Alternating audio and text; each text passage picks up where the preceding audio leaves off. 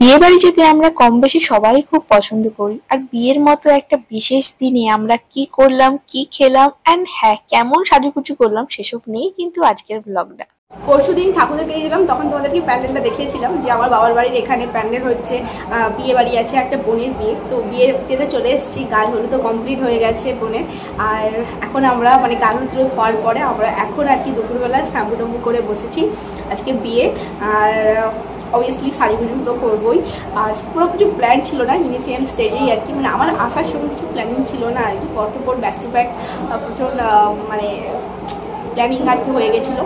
তো যেহেতু তারপর চলে এলাম, সবাই মিলে খুব আনন্দ করছি, দেখে আশা করি তোমরা বুঝতেই পারছো।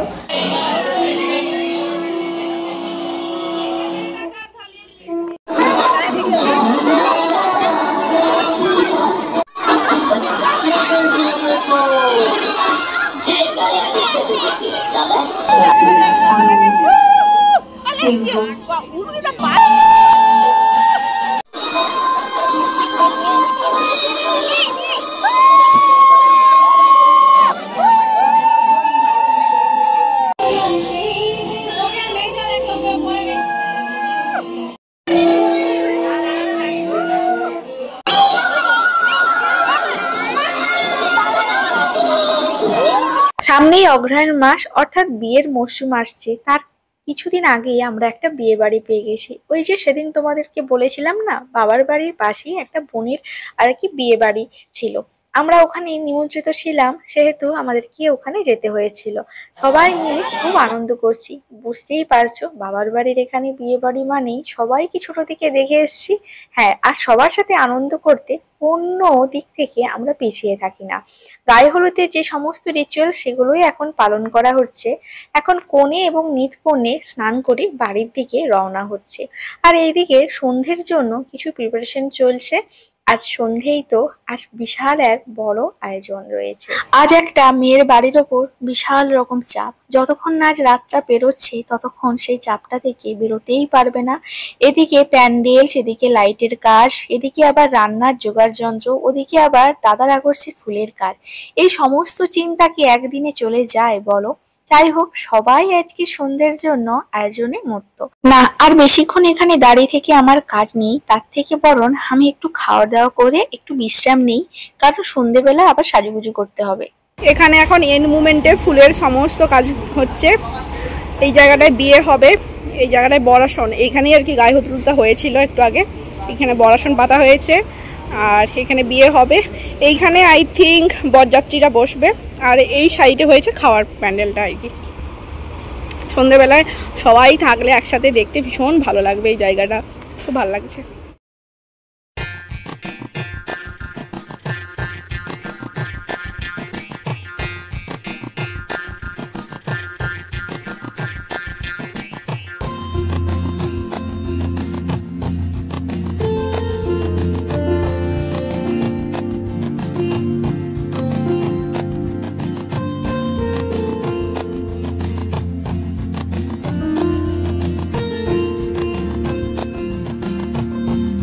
সন্ধ্যেবেলায় বিয়ে আছে, আর আমরাও একটু সাজুগুজু করবো।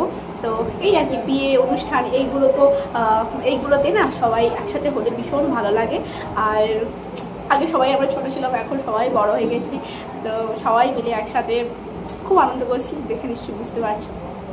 বিয়ের মালাটা আমাদের বাড়িতেই আর কি রাখতে দেওয়া হয়েছে। যারা বানিয়েছে তারা বলল যে একবার দেখো শুধু। তো এগুলোর কাজ হচ্ছিল, তখন তোমাদেরকে দেখাচ্ছিলাম, কিন্তু ফাইনালি মালাটা না রেডি হয়ে গেছে। এত বড় আমি ধরতে পারছি না, মানে আমি এটা ধরছি, এই যে দেখো নিচেটা, এই যে মালাটা দেখো, মালাটা কতটা সুন্দর হয়েছে। এগুলো পুরো নিখুঁত হাতের কাজ। আমাদের এখানকারই সব দাদা ভাই এরা সব বাইরে ফুলের কাজ টাজ করে, তো তারাই আর কি বানিয়েছে। কি সুন্দর। এইরকম আরও একখানা আছে, মানে বর এবং বউয়ের জন্য আর কি বানিয়েছে। এতক্ষণ মতো কথা বলতে পারছিলাম না, এখন একটু মাইকটা বন্ধ আছে সেই জন্য আর কি একটু কথা বলতে পারছি। জানি না এরপর তো আবারও বক্স বাজা মানে মাইক বাজা শুরু হয়ে যাবে, গান ফান বাজা শুরু হয়ে যাবে, তো জানি না কতটা আর কি কথা বলতে পারবো। আর সেই জন্য আমাকে আর কি মানে রিয়েল যে সাউন্ডগুলো না সেইগুলোকে আমাকে মানে কি বলবো মিউট করে দিতে হবে, কারণ গান বাজছে কপিরাইট খাওয়ার একটা চান্স আছে, তো কপিরাইট খাওয়ার একটা চান্স আছে সেই জন্য। তো চলো বিয়ে বাড়িতে আমি রেডি হয়ে গেছি আর দিস ইজ মাই লুক। চলো ফুল লুকটা তোমাদের সাথে শেয়ার করা যাক। যেহেতু বাড়ির বাইরে বিয়ে বাড়িটা ছিল সেহেতু ফুচকা দাদা একদম আর কি স্টল লাগানোর সাথে সাথেই আমরা সবাই চলে এসেছি, মানে সবে মাত্র সন্ধে হয়েছে, সবে মাত্র সবাই একটু একটু করে আসতে শুরু করেছি। আর আমি এদিকে কিন্তু রেডি হয়ে গেছি, মানে সাজুগুজু করে রেডি হয়ে গেছি। ভাবলাম চলো ফুচকাটা খেয়ে নিই। দেখলাম তারই মধ্যে আমার মা বাবা এবং আমার বর, মানে দেখো জামাইকে নিয়ে খাওয়া হয়ে গেছে কিন্তু আমি একা বাদ রয়ে গেছি। মা একটু সঙ্গ দিতে সাইডে দাঁড়িয়ে ছিল কিন্তু আর খেলো না, বললাম একটা খাও। আর তারপরে আমার মনে হয়েছিল একটু ঝাল ঝাল করে বানাও। মা সাইড থেকে বলছিল যে না বেশি খাস না আর বেশি ঝালও খাস না, কিন্তু আমার আর কি একটু ঝাল ফুচকা না হলে ঠিক চলে না। মা আজকে বেশ একটু সাজুগুজু করেছে, মানে আমি একটু মাকে সাজিয়ে দিয়েছি। কেমন লাগছে একটু জানিও তো। এই একটা মা, মানে কি বলবো, কোনো সাজুগুজু করে না কখনো না, তবে হ্যাঁ যেদিন কোনো বিশেষ অনুষ্ঠানে মনে হয় তার যে আমি একটু সাজুগুজু করবো সেদিন সাজুগুজু করবে, তা না হলে কিন্তু একেবারেই রাজি করানো যায় না। পাশে আমার বাবাকে নিয়ে একটা কিন্তু ফটো নিয়ে নিলাম। এদিকে পকোড়া দেখলাম স্টল দিয়ে দিয়েছে, সাথে সাথে চলে এসেছি। রান্নার বাড়ির দিকে চলে এলাম, এখানে স্যালাড, এখানে চানা মশলা, এদিকে একটা পাঁচ মেশালি সবজি হয়েছে, চিকেন। আর এপাশে দাদারা তখনও কিন্তু বিভিন্ন রকম কাজে ব্যস্ত, কারণ কিছুক্ষণের পরেই বরযাত্রীরা চলে আসবে। আর এই যে আমাদের মিষ্টি একটা বোন, আর সেই আজ কনের সাজে। কেমন লাগছে জানিও তো, খুব মিষ্টি লাগছে, নজর না কারো লাগে। যাই হোক, আর ওর বিশেষ দিনে আজকে পদার্পণ করছে, নার্ভাস, মনে আনন্দ। সাথে সাথে আমার জেঠুর মেয়েদের সাথে দেখা হয়ে গেছিল।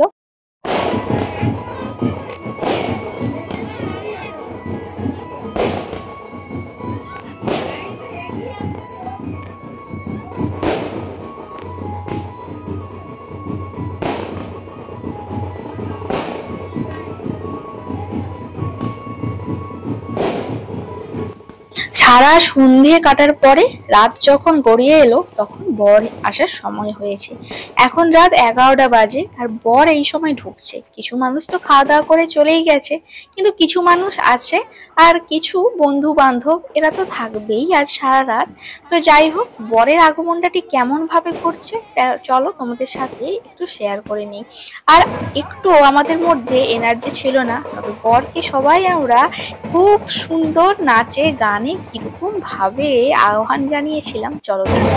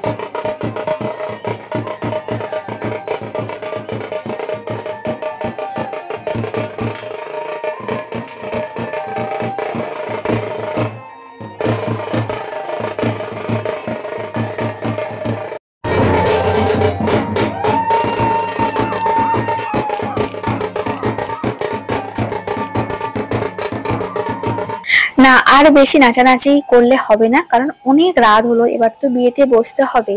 তো বরকে এবার কিন্তু ঢোকার পালা প্যান্ডেলে। যাই হোক, বরমশাইও আজকে সারা দিন এত দূর জার্নি করে এসেছে, মানে খুবই ক্লান্ত দেখে যেটা আমার মনে হচ্ছে। যাই হোক, এখন চলছে বর বরণ, তারপর কিছুক্ষণের মধ্যেই বিয়েতে কিন্তু বসে গেছে। আসলে অনেকটা দূর থেকে এসেছে আর রাতও অনেকটা যেহেতু হলো, আর এই সময় লগ্নটা ছিল আসলে, সেই জন্য পুরোহিত মশাইও বেশি আর ওয়েট করাননি।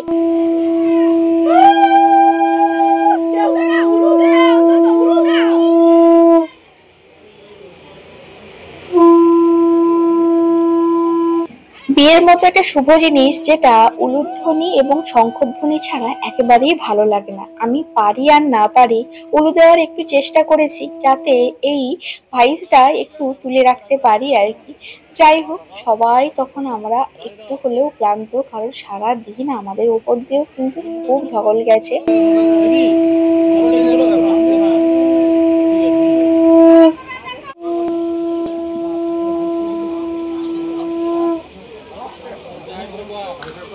এই যে বিয়ের মতো একটা অনুষ্ঠান, পাশাপাশি একটু মানুষের তো কথাবার্তা থাকবেই, তাদের অবশ্য এসব বলে ভীষণ মজা আনন্দ পায় আর কি।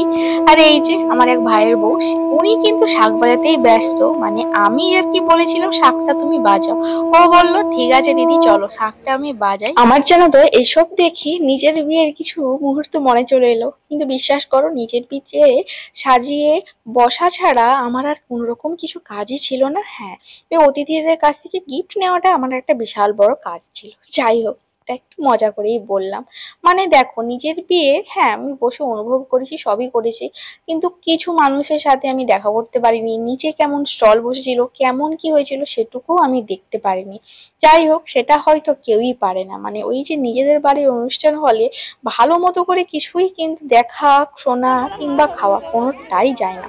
এই সময় একটা মজার জিনিস ঘটছিল, মানে যেটা ওই যে বরমশাইয়ের পুকুরটা আমরা একটু ফেলার চেষ্টা করেছিলাম নানা রকম ভাবে, পড়েও ছিল জানো তো, কিন্তু ওই যে বরযাত্রীরা একটু প্রোটেক্ট করার চেষ্টা করছিল আমাদের বরমশাইকে। যাই হোক, আর এই যে বিয়ের মধ্যে একটা শুভ জিনিস দেখো এখানেই সম্পন্ন হলো। মানে ওদের 4 হাত এক হলো, সিঁদুর দান হলো। যাই হোক, চলো পরের দিন আমরা বরযাত্রী কেমন ভাবে গেলাম আসছি নেক্সট ব্লগ নিয়ে।